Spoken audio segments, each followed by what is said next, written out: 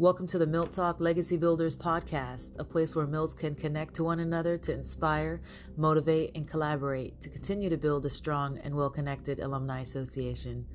I believe that Milton Hershey School rebranding is actually just getting started, and I want to be part of that journey. I think the best way to commemorate Milton and Catherine Hershey is to continue our own legacy that impacts the world as Milton Hershey so impacted us. I believe the level of extraordinary that each and every Milt carries within them is deeply underestimated, and this podcast will help in the journey to show off what Milts are really made of. I'm excited to get to know more Milts, more insight to their upbringing, and what they're doing now to build their legacy and bring value to others, and what being a Milt really means to them. Today I'm speaking with Carlos Checo, class of 2004. Carlos has been in corporate America's client services industry since graduating college. But in 2018, he decided to branch off into residential real estate, where he can create a new stream of income within his own control. So welcome to the Milt Talk Legacy Builders podcast, Carlos. Thanks so much for being my guest. I appreciate you. Thank you. Yes, absolutely. So what year did you get to MHS? I want to say 94. I was in third grade. Yeah, Mr. Jackson's class. Wow. You still remember the teacher? Yeah, he made a really big impact. You know, he would call me, he would say, Carlos R. Leffler. There was like this, you remember that, Carlos R. Leffler? It was like close to Hershey. It was like, I think like a gas company. Oh, okay. And like, he would call me that. I was just kind of stuck. Yeah, okay. Him and Mr. Stennett. Yeah. Yeah. Wow. Yeah. So 94, you were in third grade. So you're pretty young. How old were you? I was 8. Okay, wow. And then did you have brothers or sisters or no? I do, but they weren't inside in the middle. No. I was by myself. Got it. Yeah. So where did you live before coming to MHS? Where did your family live? New York, in Queens. Oh, okay. And then how did they originally find out about MHS?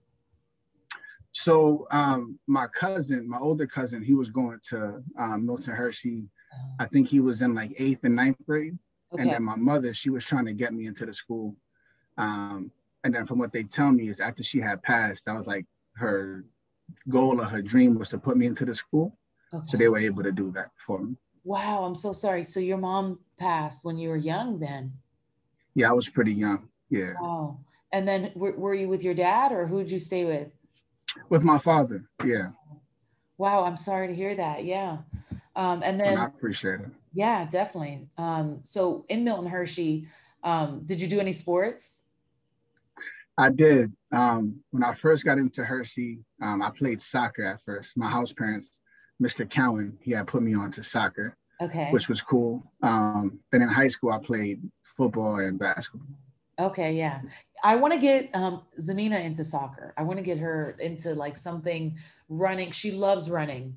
And the other day was like kicking the ball around and she was kicking it and maneuvering it like a professional. Yeah. I was like, okay, well, maybe this might be the thing. Yeah, soccer is a good one to start. My oldest, he plays soccer. He was a goalie. Wow. But yeah, it's fun to watch as well. Watch him develop from like little to gaining some more skills. Yeah. Because I definitely want her to be like athletic and then understand like everything that goes into being in a sport, like the sportsmanship, discipline, the team playership. I want her to gain all that because I really feel like that makes a person a little more well-rounded when it comes to like competition, working with others, just having a commitment to something and other people. Like I don't think I ever understood that through Milton Hershey. Like I did sports and stuff, but I would easily quit or I didn't really take it very seriously. I didn't understand like the whole concept around it all. Yeah, I'm the same way. Unfortunately, like I don't think I finished like a season when I was in Hershey. You know what I'm saying? Yeah. But I enjoyed it. But if I would have knew more, like, man, this could really help you out there. Yeah. I would definitely took it more serious. Me too. I'm like, now that I go back, I'm like, wow, we had all this opportunity and I did not know at that time. I didn't understand the bigness of it, right? Right. Yeah. But so your son hindsight 2020. Right? So your son is in soccer then. Is that the only sport he does? Yeah, right now soccer. He said he wants to try golf. Okay. So I'm like, let's do it. Very nice. There we go.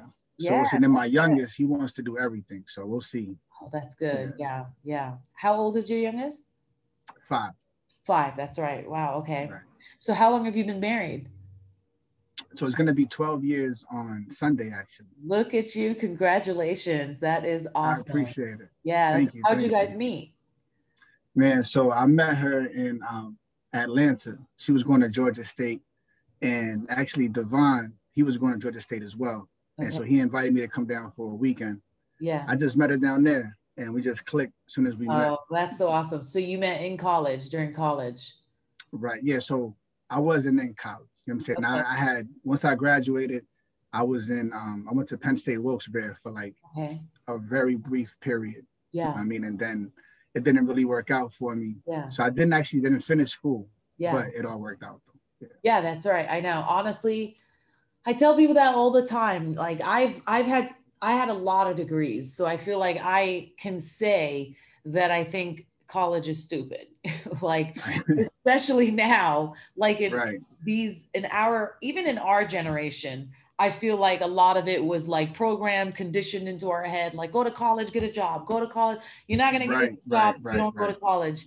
And I feel like that kind of caused us to like be so enclosed and thinking in a box, not think about entrepreneurship as much, not be as creative as maybe some of us, were and are. For sure. Yeah. Yeah. So I don't want to, I definitely don't want to do that in our kids' generation. I don't even think college will be anywhere near the same once, our kids get 18 and up. Right. There's so much more opportunity out there. Yeah. Colleges need to be more competitive and, especially if they want to study something like business, you almost don't even need a degree to get into business. Right. For sure. Yeah. I can understand if they want to be like a doctor or an engineer, you need that type of education. Yeah, you need the studies, right? Yeah. Right. Yeah. But, I think now these kids, and they get it. I feel like these kids get it. They're in a whole generation of being expressive, and technology lets you be as creative as you want. Yes. You have like these tweens that are millionaires now off of TikTok and YouTube. Which is crazy. And playing video games. Crazy. Like it is. Right. It's incredible. Yeah. So. Yeah, my son's still trying to convince me to let him play video games for money. I'm like, I'm not sold yet, bro. We might have to work on that one. Yeah. You should talk to my husband because he would say, do it. He's that right? All about that. He's all about like it doesn't like dumbify the kid or, because remember in our generation, like you play video games constantly, you're a loser. You know what I mean? But that's because we were playing just to play, to waste time, but no way of making money from it. But now, number one, video games makes you smart as hell. Like the way it makes you utilize your brain and your hands and your coordination. And then two, if you can get paid doing it, that's like, why, if he likes it, it's like getting paid to do your passion. You know what I mean? That's true. I like looked it up. There was a couple kids out there. There's one kid, he plays Fortnite. He said he made like 850,000 last year. Wow. And he plays like 10 hours a day. Wow. So when I saw that, I'm like, you could definitely put your 10 hours into that, or put 10 hours working at like, not gonna knock anybody off, like a fast food spot. Right. You're not going to get as much out of it. So I do see the benefit in that. Yeah. It's just, moderation. 10 hours a day is a lot for a kid. I could totally see that too. Right. Because again, there's the cons of like screen time is probably not good for your eyes, for your brain. Right. It can get addictive, some of those things can, and then depending on the content of the game, some of it is like violent, and that can for sure. That's like the main thing with us. Yeah. It's just that the graphics are so like intense right now. Yeah. And doing like a tournament where you're going in and it's a lot of violence and people on your ear talking crazy. So you don't want that influence to be too heavy. Yeah. Right. That part I don't like. If it's like violent games, and I've heard the narrators of some things. I don't know if these guys were getting paid to narrate, but I like saw it on one of my nephew's phones, what he was listening to, and it was awful. It was pretty bad stuff. Like how he was cursing and the stuff he was saying was like, what are these people listening? Yeah. So that part I would absolutely agree. You would have to like create boundaries and guidelines of what he'd be able to play and, you know, what kind of other people he'd be listening to, but right. It's hard to filter that. But the cool thing about it is I feel like he can make his own tournament, like within his own community. You know what I'm saying? Have people pitch in for a prize, and then you can kind of make your own rules. So it's not going to be any crazy language. And these are the games that we're playing. So that's you got me thinking. Yeah, that's great. Well, that's good, especially if you can, you know, control the community. That's big. You know, what you let in. Yeah, for sure. I would say definitely think about it, but if you can't filter that stuff, then I would totally understand. I wouldn't want, no amount of money would be worth, you know, that sort of damage. I hear that. Yeah. Right. Yeah. So you were in client services, customer service, pretty much all these years. How many years? Like a decade or so? I want to say like 12, 13 years. Yeah. That teaches you a lot of how to build relationships with people, how to like listen and give people what they're looking for, what they're needing. Right. A lot of active listening. Yeah. You know, putting others before yourself. Yeah. Regardless on how crazy their situation might sound or how like little their problem sounds, it's still your job to fix it. Yeah. So it did teach you a lot. What kind of companies were you working for? So I worked at this company called Vocalocity, which got bought out by Vonage. So it was like a call center. So I was dealing like retention. So customers that wanted to leave, I would speak to them to convince them to stay with us. Right. After that, I was a manager at Sprint, and then a manager at Verizon as well. Nice. So yeah, that really helps with your sales ability for sure. Yes. That all pretty much gave you everything you need to get into real estate. So you got into real estate 2018. What made you decide to get into real estate? Man, so not to knock Verizon, you know what I'm saying? But I was working at Verizon, and in the store that I was in, there was a lot of people that were like scamming people, right? Yeah. So like the culture there wasn't great. And like, I went to like the powers that be. I'm like, hey, this is what's going on. And they pretty much told me if they can clean up their own mess, he's not worried about it. Because they thought like a lot of money. Yeah. So I came home one day and I was telling my wife, like, yo, this is not really me. I want a place where I have more control of being able to help, you know, the client. Yeah. And so, you know, I prayed about it that night. Yeah. And it's one of those stories, like the next day I went to the gym and there was a guy I knew there, started talking. He's like, hey, you thought about real estate, which I have in the past, but it felt like so far-fetched. But he put me on with someone that could help me take the classes. And then that's how it came to be. Wow. How awesome is that? Yeah. Prayer life is so important. The older that I get, the more I realize the importance of it. And now that we have kids, you know, I realize how important it is for them to see us actively praying or hear us actively praying. Right. And I'm so thankful because I learned that. I mean, growing up, I was Muslim, so I prayed 5 times a day and I watched my mom pray and I got so much out of that. I mean, I could never, you know, take anything away from everything I got from being a Muslim and how I prayed then. But, you know, once I converted to Christianity, after being with Chris for so long, before I converted, watching him and how he prayed and how, you know, the whole idea of like, you walk on faith, you pray without ceasing, you pray with believing, all of those things wasn't the way like we prayed in Islam. In Islam, it was very much, you say the same prayers and, you know, you do all the different things. So you don't pray your own stuff. You're reciting things. Yeah. So it's more about discipline and that kind of thing. Whereas, you know, in Christianity, when he would pray daily, it was so much more like a conversation and already like a hope and expectation that, you know, this is the life we were promised and all of that, like the idea of abundance and everything. And that, like, I'm still working on it myself because it's such a hard journey to get in that mindset. But I'm thankful that I have him to be able to have that as like a, you know, like a role model, you know what I mean? Like an example. Nice. Because that helped me. No, that's you know? great. Yeah, because I pass anything to her. It's that. It's the level of faith and, you know, her worth through God. You know, that's the most important things I want to teach her or pass down to her. Right. No, I agree. It's very important. The most important. Yeah. I had to learn that as getting older. You know, especially with the entrepreneurial like spirit, you want to try to do things on your own a lot, or try to figure it out by yourself. And then you learn that's not the way it's going to happen. You'll find some success, but you're always going to hit that wall, like that glass ceiling. So knowing that I could pray and that glass ceiling like gets removed, or it's just clear, like, yo, this is all you need from here. Right. Look at something else. It's great. That peace, peace is priceless. Yes.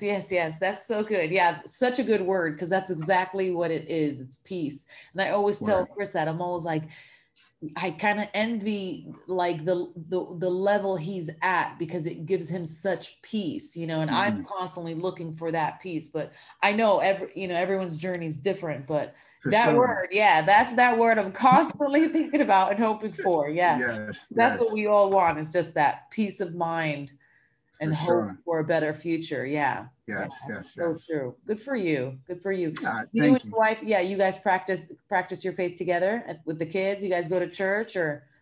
Yeah. So it's kind of crazy thinking about it. Like now, like our week is, we're consumed in it. So like on Tuesdays, I have like a group that I go to with like men. My wife has people she speaks with, like wives on Thursday, and then my son goes to youth group. So we're always building, but it's just real crazy to think that that's what we do on the weekly, But it's a blessing that our whole house is on the same page when it comes to it. Yeah. And even my son, he's very like interested he wants to know more. And in school right now, they're like talking about a few different religions, and he likes to have the conversation about it. So it's great to be able to have that foundation for sure. Yeah. It is. It's 100%. I mean, I can't say enough about that. 100% faith is the foundation of all things, and especially how we raise our kids. Yeah. And especially where the world is going. Like, having your faith is the most important thing in this crazy, crazy world that we live in. Right. And a great thing for us that happened through tragedy, like the whole pandemic. Yeah. Like being able to be in the house together.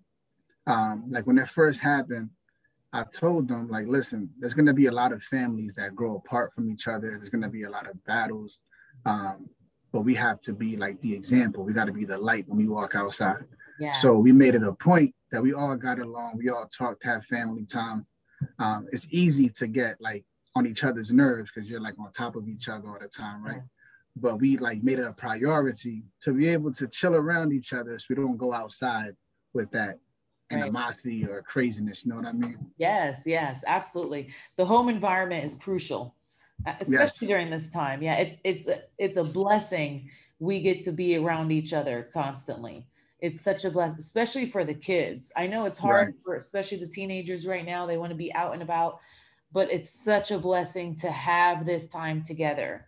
Like before the pandemic, Chris would pretty much be in the field all day long or at our office 12, 14-hour days. So Zamina would she'd see him in the morning, and then, she won't see him until the next morning, because by the time he'd get home, she'd be asleep. So, and that was like the first, I want to say 2.5 years since the pandemic. Yeah. So first 3 years. And now he's home all day long because everything's on Zoom. You know what I mean? So that's amazing. Yeah. It's phenomenal. Yeah. It's really, really great. And our marriage got better. Of course, there's challenges and stuff. You want to give each other space. But overall, it is a big blessing. Silver lining in everything that happened. For sure. Yeah. So you got into residential real estate. Do you think you'll ever dip into commercial, or you think you want to stay in residential? I would love to be able to do some commercial. I just don't know too much about it right now. Yeah. Like my main focus is I want to be able to get as many families as I can to purchase their first home. Yeah. So like that's like the main focus right now. And then having our own property, and then after that, maybe jump into commercial. Yeah. Nice. So where in California are you? I'm in Temecula. So it's like 45 minutes away from San Diego. Yes. Yes. It's beautiful. I like Temecula. Yeah, I love Temecula. We went wine tasting in Temecula. Man, it's so gorgeous. So beautiful. Yeah. Views for days. Yeah. Yes. And more and more people are moving there. Because I remember Yes. Temecula when there was almost nothing. And then all of a sudden, like more and more people are moving, and then they're making restaurants, and now it's just gorgeous. Like it's just the place to be. Yeah. Yeah. My mechanic, I was just there this morning, and he was telling me that he had his business there for 29 years. Wow. So I was like, man, you've seen a lot of changes. And he said that when his daughter was in high school, she actually rode a horse.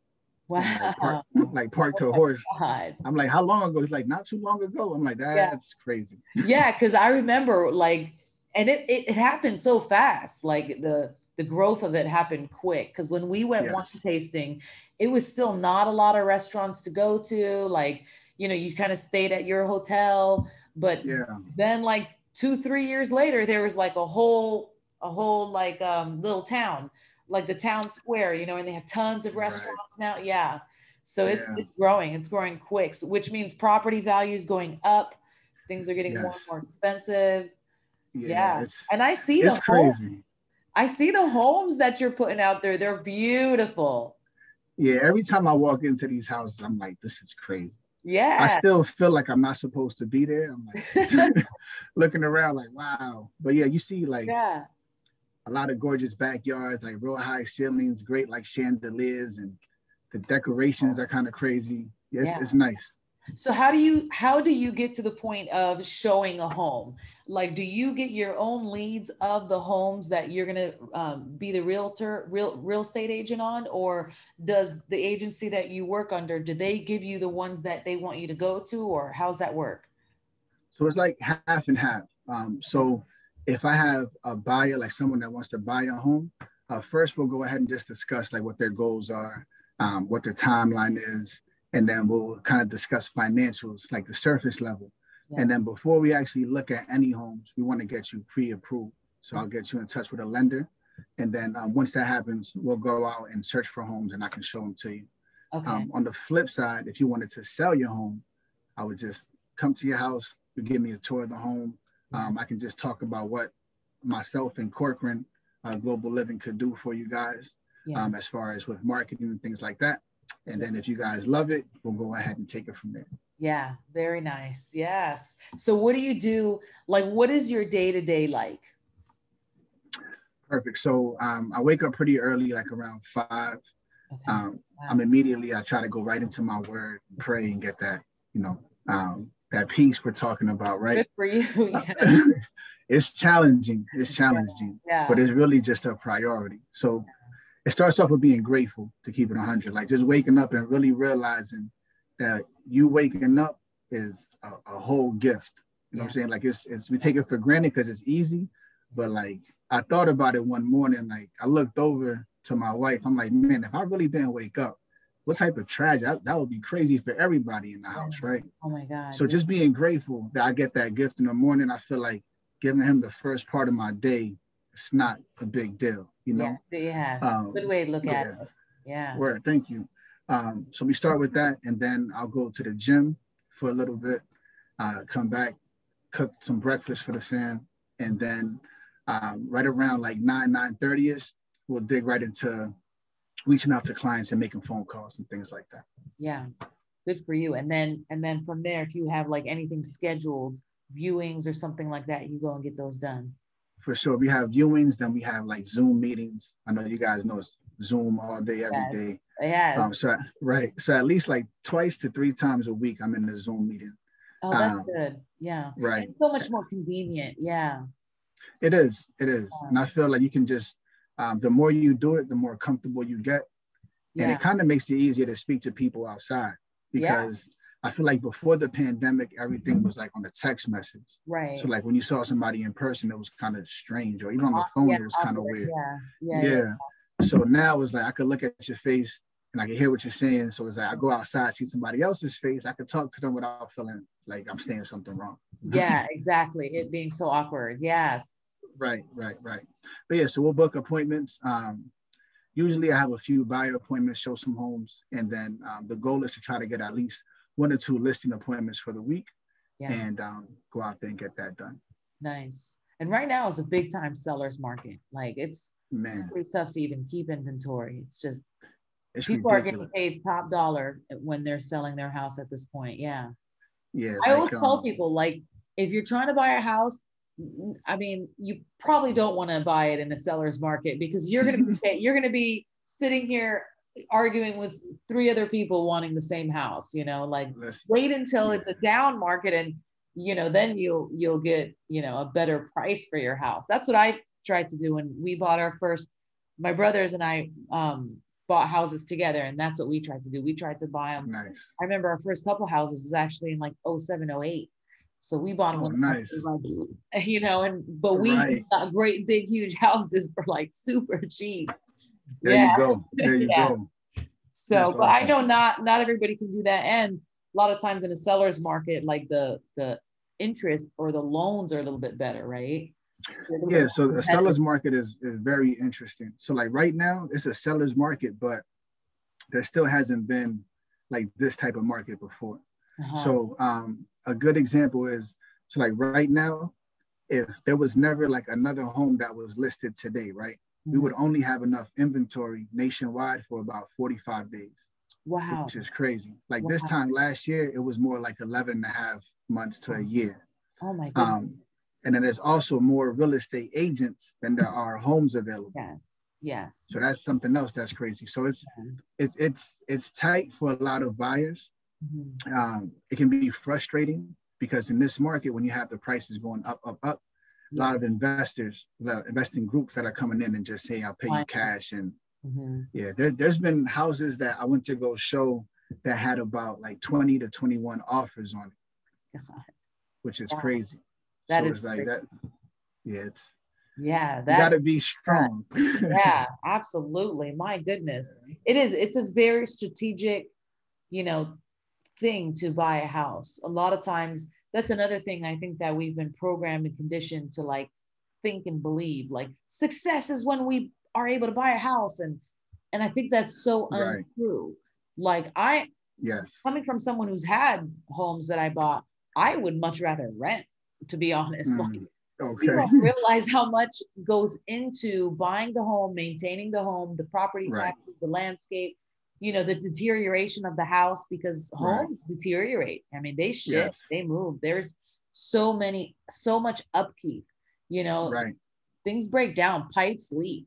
And I don't think people really realize all of that, 100% right. The hassle that can come with it, so I like the idea of, being able to rent and then move whenever I want, or something breaks down here, you fix it. I think next house that I already know from all the experience that I've had so far, the next house that we get, God bless you, that's the one I want to build, like from the ground up. I want to buy the land first. I want it to be on acres, and I want to build the house exactly like my dream home. That would be awesome. The next one I buy again. I don't want to buy again until I build it. Yeah. There you go. Yeah. No, I think that's great. Yeah. I know once you have that land purchase and that whole process, you're gonna have so many wins. Yeah. By the time you get to the finale, it's like, man, this is awesome, right? Yeah. So saying that, actually, a good alternative for people that are looking for homes, like resale homes, like you said, they do deteriorate. There's like pipes that are leaking. So new construction homes, that's like something that is kind of popular right now as well. So it's like the same concept. You don't pick out the land, but you do get to pick out some of the options in your home. So you your appliances and upgrades and things like that. But to go back to your point, as far as not knowing the responsibility of a home, I think that's extremely important to know, because people do have the idea, like, just because I can buy, I'm going to go ahead and buy it. But I don't know what that means. It's more for like shock value, or just to post like, yo, I got a house. Like, congratulations, now maintain it, right? Right, exactly. It's like they strive so hard to reach it, but then they didn't think of all the things that's beyond that. There's a lot maintaining. It's like maintaining a car. So many people want to be like, oh, I bought luxury car, and they spent their last dollar trying to make those payments on this luxury car. But then when your tires blow out and your BMW takes $600 for 2 tires, you weren't thinking about that. Or your oil change cost you a good $250 for an oil change because you chose to get a luxury car. people, those are the things like you got to think there's a lot of other expenses that are ongoing when you buy things like a house or a car, because those things depreciate. They deteriorate over time. For sure. Yeah. I had a manager that I was working with in Atlanta, and there was a guy that came up to the store. He had an S550, a Mercedes. Yeah. It's like my favorite car. Yeah. And so that my manager was like, you know, I want to get a Benz too, but like the gas prices are high. Yeah. And the guy looked at him. He was like, if you're worried about gas, this is not the car for you. Yeah, exactly. You know what I'm saying? Like that shouldn't even be a thing. Like you get a Benz, gas is not a thing for you. Right. So it's a different level of thinking, right? Exactly. And he's probably already putting regular gas in his car instead of premium. Like that's right. Just going to premium is a whole different cost when it comes to gas, let alone the amount of gas it's guzzling. Yeah, again, we haven't been, it's like these things that we've created as like success, you know, expectations that are just false, absolutely false. Right. A luxury car does not mean you're successful. Lots of times, some of the most well-off people that you would not know are well-off have very economical cars that they use. It's about keeping it. Like I think we all had that type of motivation before. Like I'm gonna get me a mansion. I'm gonna have 14 Benzes. Yeah. You know, you got these rappers that like Rick Ross got like 50 cars, all the same colors. Kind of inspiring. Like I want to go big, but it's like if you really like just sit back and think about it. Like what's your situation with your family?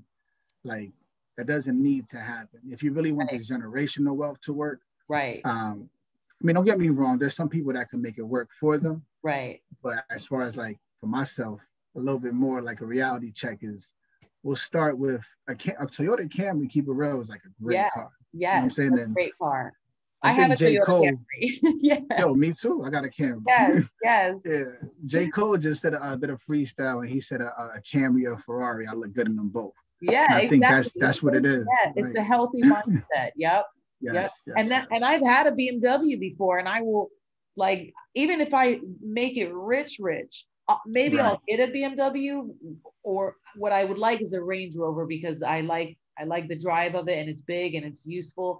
But if I were to get luxury again, it would be then when I'm, you know, I don't need to worry about money anymore. Then that would be my little luxury car. But then everything else is like moderation, because then there's so much more that I want to put my money towards, like my land. You know what I mean? Something that can give me back, instead of just, oh, I look good in my car. My car is comfortable. You know, like give me more. Can I eat?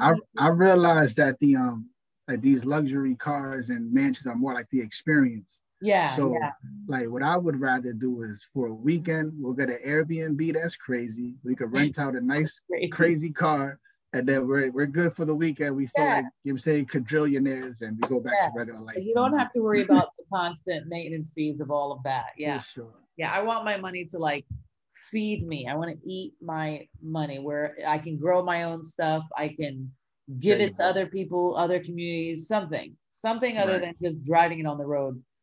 Yeah, it's not for me. So during this time of your entrepreneurship since 2018, what do you think has been your biggest challenge? So the biggest challenge has just been like the transition. So I didn't really go full time until last year in the pandemic. So I got licensed in 2018, and my whole goal was like, you know, we'll sell a house here, you know, part-time on your dream, right? Full-time on your job. But then when the pandemic happened, you know, we're kind of forced to take that leap of faith. So we're still pretty new in like the full-time process. So that's more so of knowing that entrepreneurship is not going to be as consistent and as stable as corporate, at least at first, right? Because you're going into these companies that's been around for many years, tell you when to show up, or if this happens, do this, if that happens, do that. Right here is like, oh, if this happens, let me look up what to do. Let me call somebody and ask. So that's been like my biggest challenge. Yes. Yeah. In the beginning, it's always, you know, putting down the seeds and laying down the roots and figuring all that stuff out. Totally inconsistent income flow until you start to, level it out. And then you get a good steady stream of clients. And in the beginning, it's so rare that you find a business that starts paying you consistently, like right away. Yeah. And every business that I've started, or my brothers have started, or Chris and I have started, we were hungry for a few years until we finally started to see some consistency. Yeah. Right. That's such a big deal. And I try to tell that to, you know, the early entrepreneurs that I mentor, is like, it's so great when you do have that opportunity to, you know, have a full-time job that gives you that stability and consistency, and then transition yourself in until you're ready to make your entrepreneurship your full-time thing. Yeah. Right. You Yeah. know, I agree. I agree with you. It's and also like money management. So let's just say you are in like your entrepreneurial business and you got everything going. You got like a nice client. You get more money than you ever seen before at one time. You still can't play yourself and think that it's done. You know what I'm saying? Because that money has to last. And like, when's the next one coming in? So really being able to be 100% serious. And that's why I'm grateful that I didn't get into entrepreneurship when I was younger.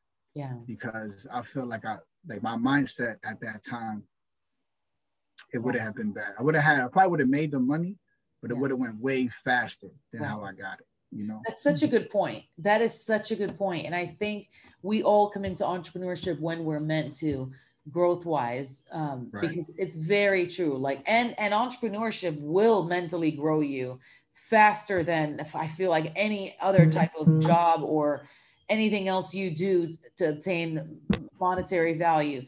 Entrepreneurship will stretch and challenge you exponentially. But it's so true. Yes, you definitely have to have like the mindset going in, and then maintain a tough mindset to be able to stay in.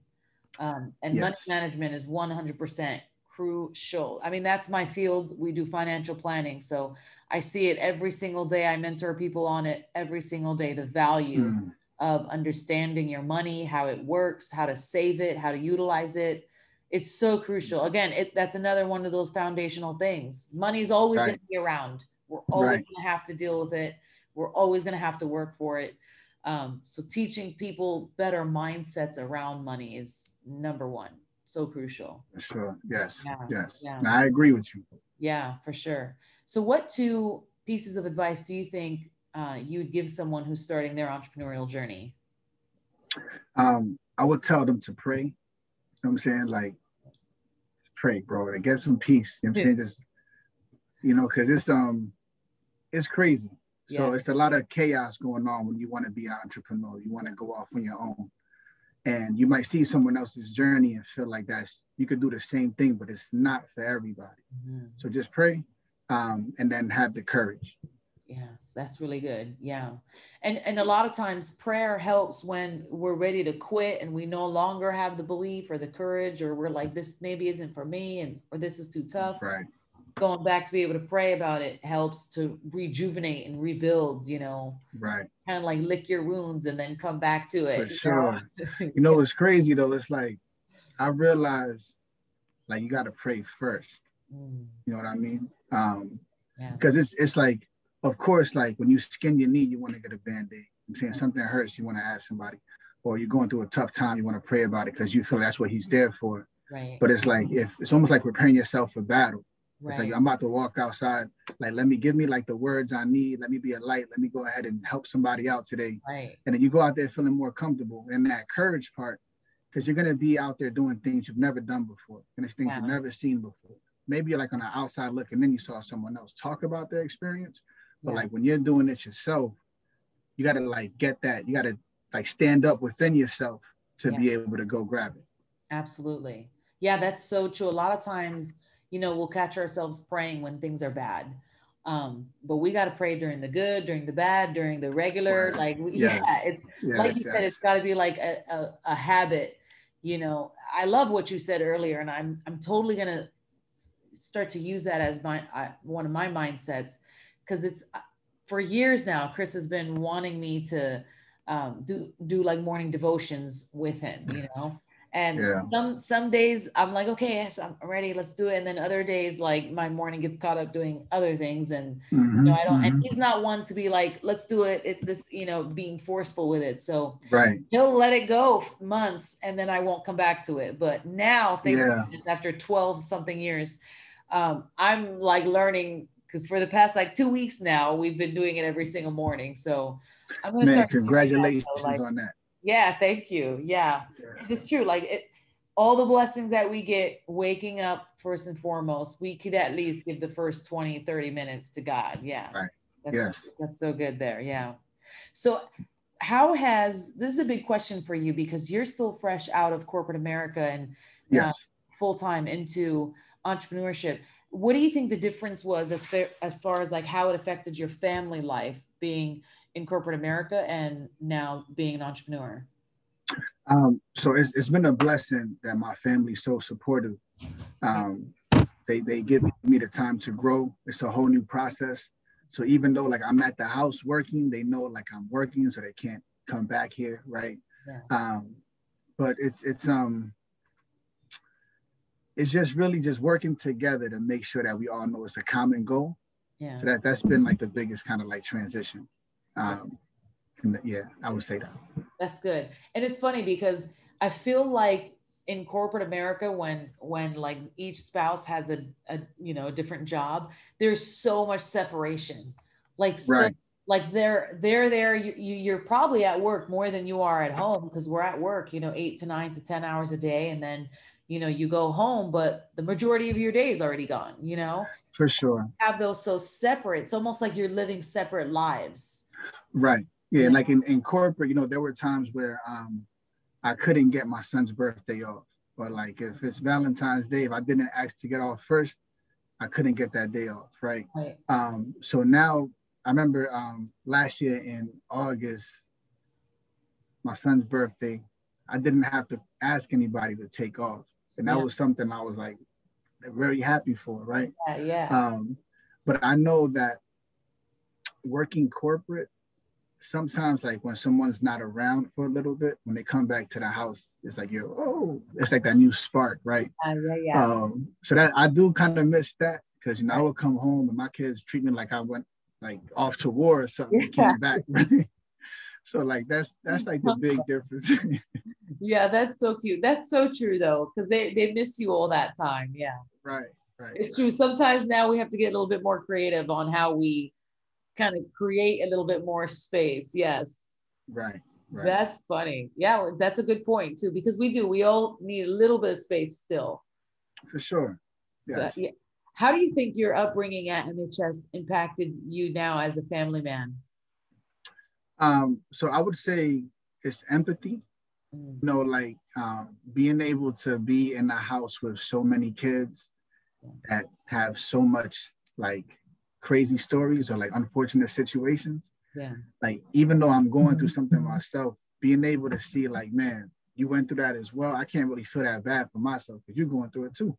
Yeah. So empathy was one. And then also being able to deal with different personalities. So, having children, my two boys aren't the same.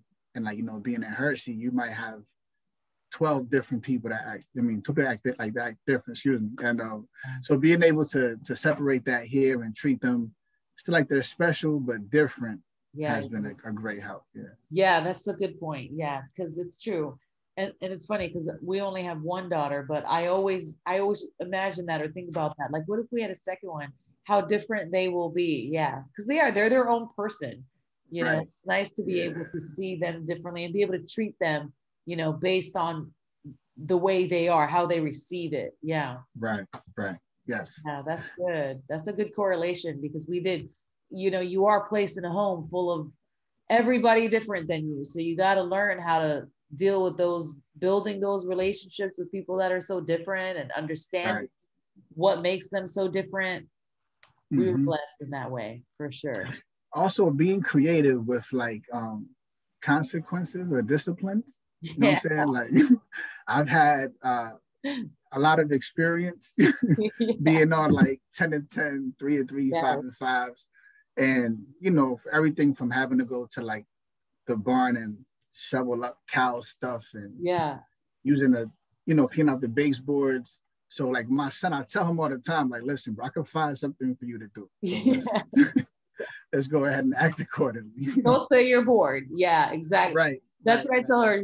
If she even thinks about giving the face of I'm bored, I'm like, you're bored. Because we can find something. There's so much around here we can do. Yeah. Right. Especially as they get older. Yes. For sure. Just look around like, you know what? Matter of fact, go ahead and grab that and do this with exactly. Yep. I'll get you busy really, really quick. For sure. So what advice do you think, now that you are a dad, especially of a teenager, what advice do you think you'd give to your younger self? So I would tell my younger self to bet on himself, not to be so dependent on other people, and that you have a lot more within you than you think. Yeah, that is really good. Yeah. There's a quote that I always loved: if it is meant to be, it's up to me. And I think that's so crucial, because a lot of times we grow up with that issue, especially if we were like coddled as kids, or I think a lot of Milts, we kind of had a little bit of that, like, I don't want to call it like entitlement, but almost like we didn't have a sense of how we got things. Like before Milt Hershey, we had nothing pretty much. We were poor as can be. So when we got to Milt Hershey, it was like clothes and food and deodorant and toothpaste and lotion, whatever was just here. Transportation, utilities were always on, like Wi-Fi, computer. We didn't have any sort of concept of how this is paid for. Like we didn't even get to see the house parents talk about paying utilities, talk about paying bills. We didn't watch them pay bills. We didn't, like, especially in our generation, also, we didn't have any programs that taught us either. Before graduation, we didn't really have any sort of like a transition to understand that.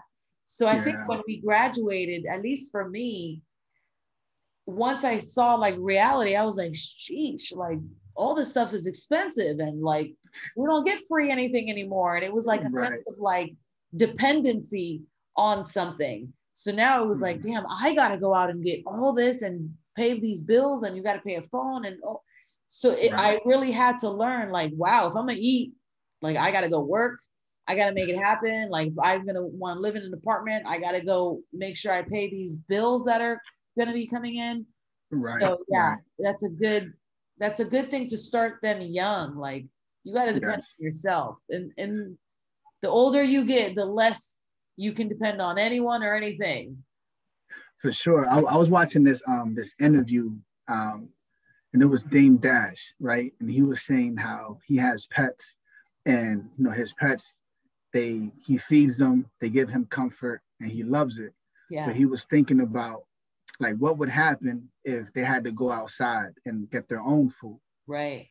They would be completely different animals, right? Completely different animals. Yeah. And so that's kind of like the transition. Yeah. And at the milk, we had like the big gallons of chocolate milk. I would sit there forever and just drink chocolate. All the bowl of cereals that I wanted, I'm like, I deserve this. You know what I'm saying? Yeah. I remember when I first graduated, I think I bought milk. You know what I'm saying? And I'm getting big glasses of milk. Like my gallons done super quick. I'm like, yeah. So yes. Little things it's like so that. True. Yes. And that's exactly what it is. Like, think about it. Like, we were there years. So all these years we got used to things being so easy. And now it's like, wow, you got to count how quickly you use your eggs. Like, eggs are expensive. Milk is expensive. Things are expensive. Right. Yeah. Yeah, that's adds up. Good advice to give to your younger self, to learn that independency early. That's crucial. And I think a lot of times, even these generations now, I think there is a level of, at least for me, the kids that I've talked to that are early 20s, 21, 22, they're still yeah, I have time. I'm just kind of, living life. And, right. They're quickly overwhelmed. They had a part-time job at Starbucks, and, mom and dad are still helping with everything. So there's still a sense of dependency, and I have so much time in life, I could still be frivolous. And it's no, absolutely not. Yep. Right. If you only knew how hard it will get when you're 30, when your mom no longer is okay, I can pay your phone bill this month. No. For sure. harder. Yeah. Yeah, I tell my son all the time, like, it's better to prevent than cure, right? Because even though you're a kid right now, you know, I can give him so many different examples of children that had to grow up fast. Yeah. You know, you're 15, something happens to one of your parents, like you got to play dad now, or you got to be the man of the house. So, you know, just like little bits of knowledge and just dropping little seeds in him, like, this is how you can flip a dollar. You know, this is how you can do this if this happens. Because like you said, like growing up, we kind of had this entitlement. Yeah. Like even working, right? So like they would drive us to work and pick us up from work. Yeah. Like when I first graduated, I had like a Chevy Cobalt, like an 85 Cobalt. It broke down like a week. It was crazy. Yeah. I remember having to walk places. And this was like, I felt so like, oh, poor me. You know what I'm saying? Yeah. Like, it's so true. It's so true. Yeah. I remember that too. College was like the brokest, most horrible time. And I was just like, wow, like this, we were so like excited to get out and go. And then now in college, I'm like, I'm fucking broke. I'm hungry. I'm calling my older sister to buy me a pizza. Like, golly, this is crazy. Taking the bus. Like, where's the soon home van now? You know, we hated the van and now we're like, I'll take the van. See, like in like my last year at the Milt, like we had a program at our student home. If you had like a certain amount of merits or points, you get a ride to work. If not, you had to walk. Yeah. So like that was like the worst amount. I gotta walk to school this week. That's crazy. Like you walking forever till you get a car or some bus money. Yes. Yeah, I want to teach my daughter early resourcefulness, independence, like learn to, you won't have to, like, of course, I want to keep her as long as possible and let her live off of me until she could just stack her money, but still be making money, stack that money, you know, like live with me until you're 25. I don't care, but be working and active and resourceful, not just dependent and frivolous, you know? That resourcefulness is super key. I think that's like a part of us that is missing for sure. Is like we want to give our kids the world, and we don't want them to go through what we went through, but not realizing like some of the hardships is what kind of made us and gave us kind of that grunt to be able to do some of the things. So they have to go through. Unfortunately, they have to go through some hard times. Yes, absolutely. I mean, I want to give her the best life possible, but I also want her to know exactly what struggle is, what challenges are, how things could be, how lucky we are. Yeah. Right. For her to see the other side of things. Yeah. For sure. Not being able to buy every single toy that you see, every single piece of thing that you see. No, sometimes it's no. Yes. Yeah. Yes. So crucial. For sure. You know. Yeah, learning how to say no is huge. To kids and to other people, like to adults as well. You got to learn how to just say no and be okay with it. And not feel guilty. Yes. For sure. They'll be okay. They'll get okay. Yeah, exactly. Boundaries. That's right. For sure. So second to last question, what does being a Milt mean to you? Man, so there's a lot of pride in being a Milt. You know, if I see someone eating like a Hershey bar, I'm always like, yo, did you know the same guy that made the Hershey bar? Like, look at the back of the wrapper. You're helping our school out.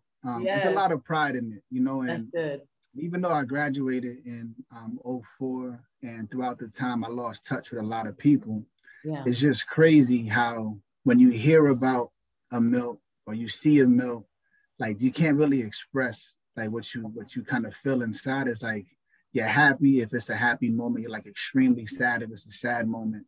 And that's something I don't take for granted. I'm extremely blessed to be able to have that connection with people. Yeah, it's so crucial. And pride is a big word. It's so true. That's a big reason I started this podcast, because I feel like Milt should be very proud of what we are, what we came from, and what we accomplish now. Because when you really think about it, Milts are incredible, incredible people. We are so resilient. We are very passionate. We are creative. I mean, we are athletes. We are so much. Everything, right. Incredible. Right. Like you could put them anywhere in the world and they would thrive. They would make it happen. They would do what they do. For sure. Yeah. And they would be. It was like a stretch. For sure. Yeah. Nah, that's the thing, is like they're very unique. We're all very unique. And I think just being able to be put into a school where you have a lot of resources, but like your foundation of where you grew up at is like that mix is just crazy, I feel like, right? Yeah. But there was a period of time, I think there was somebody, I think his name is Marcus James, I think. Oh, the yeah, singer. that guy was a singer, yeah. Yeah, he was like on the odds, yeah, something like that, yeah. right? And like, so I'm like, yo, he went to my school. And then like a week later, I saw something about a kid that went to like the NFL, went to the Super Bowl. I'm like, yo, he went to my school too. And my son is like, yo, who didn't go to your school? Right. It's so true. Yeah.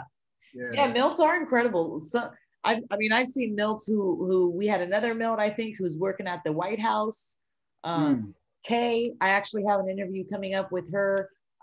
She writes for Netflix. Things. Yeah, she writes for a couple of series on Netflix. Like incredible. Like and that's what I want to do. Like I am like hungry to find more Milts. Like what are Milts doing? How are they thriving? Like how are they making it happen the way that that's what I feel like we were born to do.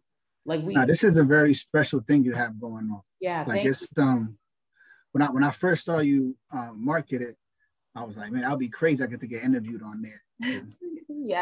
So I got that email. I was like, oh, all right, we in there. But no, I think what you're doing is amazing.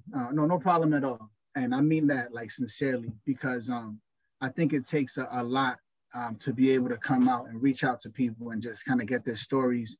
And this is like a forever thing, because Milton Hershey's going to be around forever, right? Exactly. So you're going to have, as far as like your inventory is crazy. You have a lot of inventory. You could do this forever. And I think that's such a blessing. So kudos to you. Congrats to you for sure. Thank you so much. I appreciate that. Yeah. I think one of the main reasons I started it is because I just got sick of like the stigma that Milts had. Like, oh, you went to Milt Hershey. Oh, you're probably one of those poor poverty kids, you know. Milts probably aren't going to amount to anything.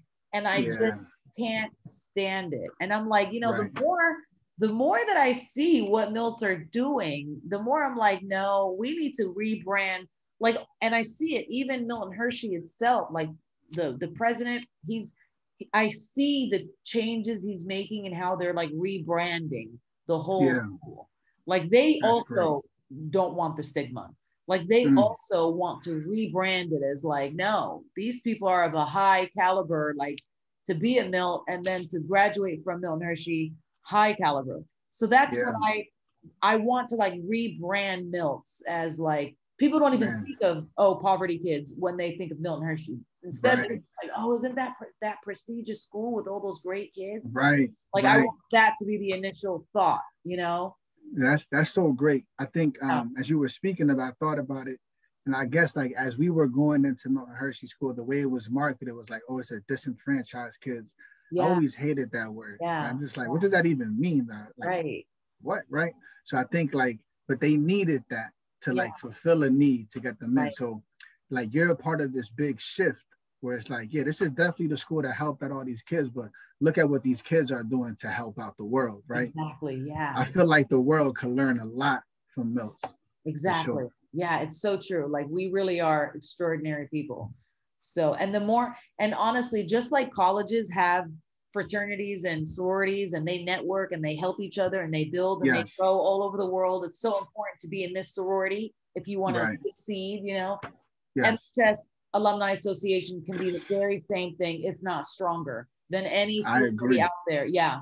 Like the level of caliber of our people, the support of MHS behind us, and the way that we so easily can network. I mean, instant connection already. And then you take it to a next business level, it's done. Yeah. For sure. And that's how I want us to see each other, ourselves, and for other people to see MHS alumni as like a fraternity, a big time sorority fraternity. Man, it gave me chills. That sounds great. Yeah. I hope, and I know it's the potential's there. It's just get into it. It's the journey of it. I already see it happening. So it's gonna happen for sure. You don't got to worry about that. Yeah. So speaking of legacy, what is your overall vision for your legacy? Honestly, I just want to help people out. You know what I mean? At the end of the day, just to be able to show people that there's more out of life you can get. You don't have to really settle for mediocrity. You know what I'm saying? And you could really be someone that you want to be. Yeah. I think generational wealth is great. And I think that's like a real cliche kind of surface answer. Yeah. But honestly, if I could just leave back on my kids, just wanting to help somebody, even if it's just one person, you make a difference too. Yeah. Just know that it goes a long way. Yeah. So that's kind of where I'm at. Yeah, that's good. It is. It really is. I think now, especially with, you know, our generation and the younger generation, we are getting that now. Like we've all, the word empathy and giving back and, you know, kindness and all that stuff, I think is now become so trendy that yes. Those are the higher level things we're all starting to think about now. Right. Because in the end, that's what people will remember, like how right. The memory they have of us, if we've ever helped them, if we ever made them feel good, you know, for sure. That's what they remember. It's not so much he was rich, you know, like yeah. most times they'll remember he was a good guy or he, you know, and your kids, same thing. Those are the values and the character building things that they will get from you. The money, sure. of course, with those positive characteristics, money will come, but those principles are so much more lasting. Yeah, you look at Milton Hershey, and it's like, of course, his legacy as far as financially is ridiculous. Yeah. But like when I think about him, especially in like getting my own business going, I thought about the times that he failed and how they taught us that, like he didn't give up. Right. And so if you just think about it, that's him making chocolate or caramel all the way back in the day. And we're sitting here in 2021, still repping, I'm saying Milton Hershey, and you're doing something that's going to continue to grow. So I think like that's your legacy, you know what I'm saying, is ridiculous already. Yeah. Starting this. Yes. Thank you so much. Thank you. I appreciate that. It's definitely reciprocated. I definitely see what you're doing out there. I love your social. I love what you're doing. I would love to see more of your family. That's for sure. Yeah. Because I know you're a big family guy. I've seen that. So I'd love to see more of that because it's so good to be able to see you thriving in that sense too. I love that. Appreciate it. I got to get more comfortable. You know what I'm saying? I'm like super private. You know what I'm saying? Even like with the podcast, I'm like, this is great. I'm like, dang, man, people about to see this. You know what I'm saying? Yes. I'm gonna work on baby steps. Right. As long as we're going, right? As long as we're progressing That's funny. So speaking of that, now everyone's gonna know your info. Before I let you go, why don't you shout out any contact info you want people to know, any social media platforms you want people to follow, anything you want people to know to be able to reach out to you. Perfect. So I appreciate everybody checking it out. And if you have any questions about real estate, I'm saying you could reach me on Instagram at Checo Team. So my last name, CHECO, then TEAM. Of course, on Facebook, just feel free to reach out. And if you're anywhere in the United States and you need help with your real estate, whether you're buying, selling, investing, you want to get into real estate or just have a question, I'm here for you. Just send me a message and we'll take it from there for sure. That's so awesome. It's so awesome that you say that too, because I know lots of people trying to create an additional stream of income and lots of people getting into real estate right now. So being a mentor to others trying to get in the way you got in is big. So that's really good. Yeah. Well, thank you so much. My bad. I didn't mean to cut you. No, go ahead. Go ahead. And I was just going to say that I think if any Milts are interested in getting into real estate, and of course there's different ways too. I'm doing traditional, like as a real estate agent. I feel like you could thrive because there's something in us that allows us to hustle harder than a lot of people. So just wanted to add that in. That's so true. And real estate is tough. Like you said, it's a really saturated market, a lot of agents that are out there. But again, even when something is so saturated, what's going to differentiate people is, you know, the qualities that they have that helps them stand out from the rest. And Milts definitely have all those qualities. That's real. Yeah, that's so good. And you're in the California area, but anywhere in the United States, you're still able to have people reach out to you. Yeah, that's so crucial. Right. And to be more specific, so my referral network, it is nationwide. So literally any state, I have someone I could refer you to. Oh, that's going to be reputable, that has some experience under their belt as well. And I'll be there to make the transition to talk to you also. So for sure, we got you covered. That's so good. Yeah. Good for you. Awesome. Thank you so much for being on the podcast. It was really great catching up. And I can't wait to see more of your videos and the journey that you're on. Super excited for you. Man, thank you so much for having me. You know what I'm saying? I was nervous at first, but you did a great job. You got me feeling comfy. Yeah, peace to your family. You know what I'm saying? I follow Chris on Instagram as well. Oh, so, that's awesome. Yeah, peace to him. And again, just thank you so much for your light and just what you're doing. Oh, thank you. Hey, what's going on? Deep into her cartoons. I hear that. Hi. I feel you. Nah, that's all good. Yeah. All right. Well, we'll talk soon. Keep in touch. All right. Likewise. All right, you have a good one. You too. Bye. All right, peace.